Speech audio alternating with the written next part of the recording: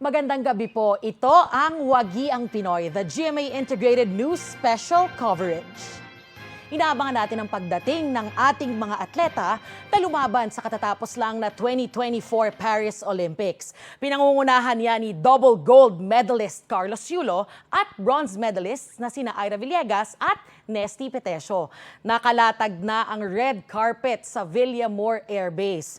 Dito po lalakad ang ating mga atleta at doon sila sasalubungin ng kanilang mga mahal sa buhay, pati na ilang Olympians na lumaban sa 2024 Paris Olympics at ngayon ay nandito na sa ating bansa.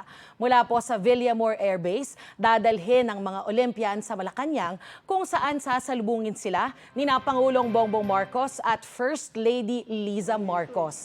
Magkakaroon doon ng awarding ceremony na susundan ng dinner reception. Bukas naman, gaganapin ang motorcade para sa mga Pinoy Olympian. Ito na, ma'am. Ito na, ma'am.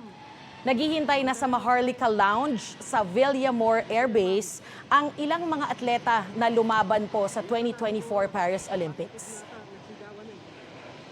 At ngayon, nakikita po natin ang eroplano na kung saan nakasakay ang ating mga Olympians. Live po yan na sitwasyon sa Maharlika Presidential Hangar sa Villamor Air Base. Ang ating mga atleta po ay sakay sa Philippine Airlines Chartered Flight 888.